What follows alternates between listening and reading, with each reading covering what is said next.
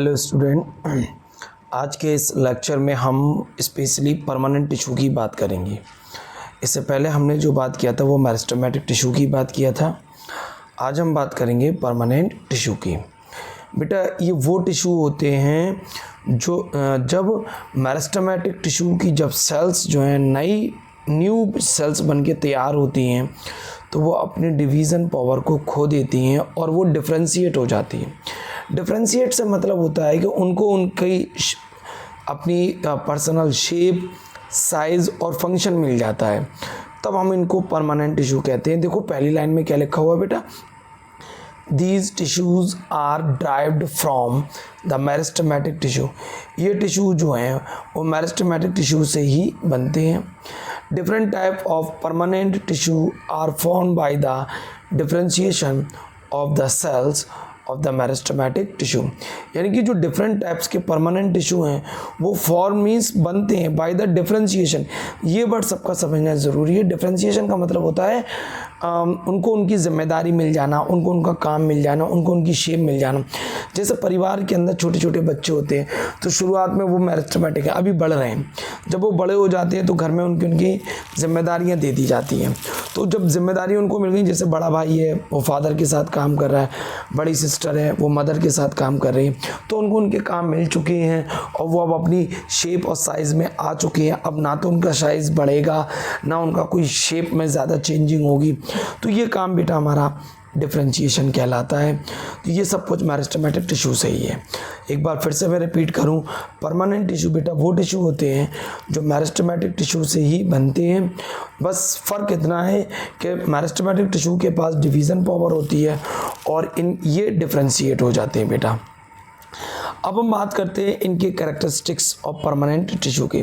Permanent tissue की जो characteristics हैं वो क्या क्या है। नंबर 1 बेटा, permanent tissue do not divide as they have lost the power of division. ये अपनी डिवीज़न पावर को खोकर अब दोबारा से डिवाइड नहीं कर सकते। बात समझ में आ रही है बेटा।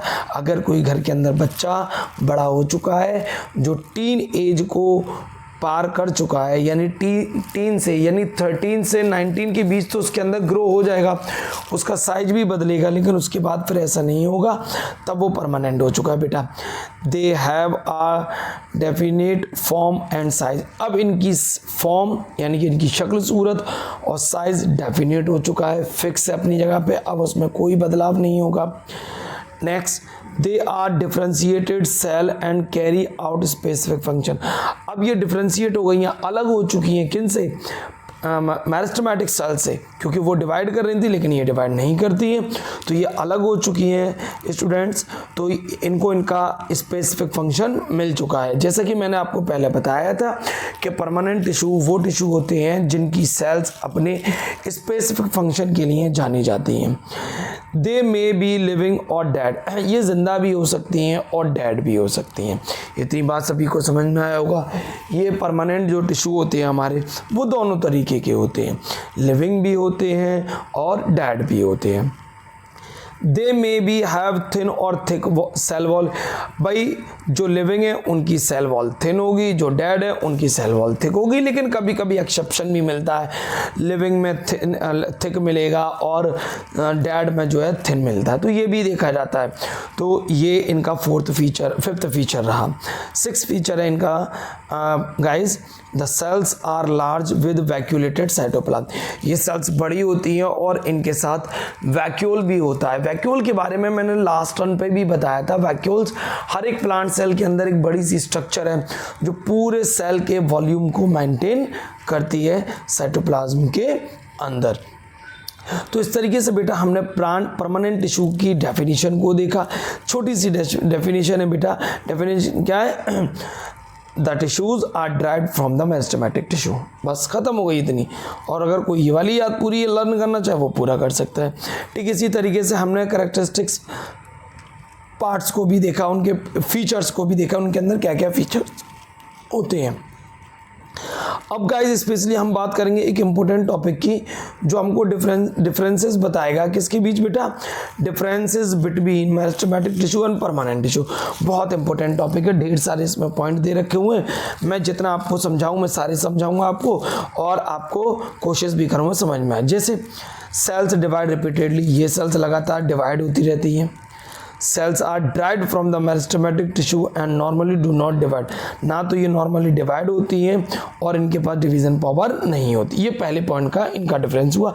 मेरिस्टेमेटिक लगातार डिवाइड होती है और ये डिवाइड नहीं होती। तो उस कंडीशन में अगर हम देखा जाए तो मेरिस्टेमेटिक की जो सेल्स हैं वो लगातार डिवाइड होते हैं, जबकि परमानेंट की जो सेल्स हैं वो मेरिस्टेमेटिक टिश्यू से ही बनती हैं लेकिन वो डिवाइड नहीं करती। Second, they cells are undifferentiated, ये कभी भी डिफरेंशिएट नहीं होती, ये एक तरीके से एक बच्चे की तरह होती है। एक जो शिशु कहलाता है ना, बेबी, ठीक वैसी होती है, लगातार डिवाइड होता रहेगा उसके अंदर। भाई बेबी के अंदर सेल डिवाइड होती है तभी तो वो बढ़ता है, लेकिन अगर इनकी बात करें तो सेल्स आर फुली डिफरेंशिएटेड। ये सेल्स अब मैच्योर हो चुकी है, यानी अब वो बेबी नहीं रहा, अब वो टीनेजर्स हो गया है, अब वो थोड़ा मैच्योर हो चुका है। इनकी सेल्स स्मॉल होती हैं और आइसोडायमेट्रिक, आइसोडायमेट्रिक का मतलब होता है बेटा सारी सेल्स का डायमीटर यानी गोलाई एक जैसी होगी, शेप एक जैसी होगी, स्ट्रक्चर एक जैसी होगी। तो सेल्स आर स्मॉल और आइसोडायमेट्रिक। ये सेल्स लार्ज होती हैं बेटा and definite shape and size, और एक डेफिनेट शेप एंड साइज की होती है, ये सभी एक जैसी नहीं होती। इंटरसेलुलर स्पेस आर एब्सेंट, इनके बीच इंटरसेलुलर स्पेस कभी भी नहीं देखा जाता। ये बहुत नज़दीक होती है तभी तो आसानी से डिवाइड हो जाती है, और intercellular space are often present, लेकिन इनके बीच इंटरसेलुलर स्पेस जो है वो प्रेजेंट होता है। वैक्यूल आर एब्सेंट, इनमें वैक्यूल एब्सेंट होता है और इनमें लार्ज वैक्यूल आर प्रेजेंट, जैसा कि अभी हम लोग ऊपर कैरेक्टरिस्टिक्स में भी पढ़े थे कि इनका वैक्यूल जो होता है वो बड़ा होता है। Cells have the dense cytoplasm, इनका साइटोप्लाज्म गाढ़ा होता है। Cell have thin layer cytoplasm, ये पतला साइटोप्लाज्म होता है अराउंड द वैक्यूल, वैक्यूल के चारों तरफ। उसके बाद बेटा अगला पॉइंट है metabolic occur at high rate, इनके अंदर जो भी प्रोसेस है, इनकी जो भी एक्टिविटीज है वो बहुत तेज स्पीड से होती हैं, जबकि metabolism occur at low rate, लेकिन इनकी मेटाबॉलिक जो है जो एक्टिविटीज है वो बहुत धीमे धीमे होती है, क्योंकि मोस्टली बेटा ये मैच्योर हो चुकी होती हैं। भाई अगर बच्चा छोटा है तो वो खाना जल्दी जल्दी भी मांगेगा क्योंकि वो इधर खेलता फिरता रहता है। अब हम लोग बड़े हो जाते हैं तो सुबह ब्रेकफास्ट कर लिया, दोपहर में खाना खा लिया, शाम में फिर हमने खाना खा लिया, तो ये उनके बारे में रहा। तो इनकी metabolic occurs at low rate. Cell wall are thin, इनकी सेल वॉल पतली होती है। मैंने क्या कहा था, इनकी सेल वॉल पतली होती है, लेकिन इनमें पतली और मोटी यानी थिन और थिक दोनों तरीके की होती हैं। द इनऑर्गेनिक इंक्लूशंस आर एब्सेंट, इसके अंदर कोई भी इनऑर्गेनिक मटेरियल नहीं मिलता, जबकि इसमें हमें इनऑर्गेनिक मटेरियल के क्रिस्टल मिल जाते हैं, जैसे कैल्शियम वगैरह के मिल जाते हैं, जिससे वो हार्ड हो जाता है। जैसा आपने पेड़ की छाल देखी होगी, वहाँ की बात करें।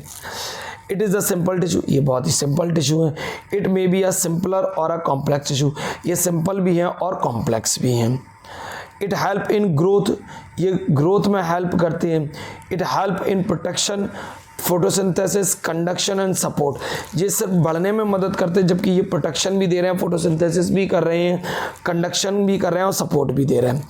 सेल्स आर ऑल्सो लिविंग, इनकी सेल्स मोस्टली लिविंग है, ये लिविंग और डेड दोनों तरीके की सेल्स होती हैं। इस लेक्चर में हम लोगों ने परमानेंट टिश्यू का और मेरिस्टेमेटिक टिश्यू का डिफरेंस, उनकी डेफिनेशन और उनके कैरेक्टरिस्टिक फीचर के बारे में देखा।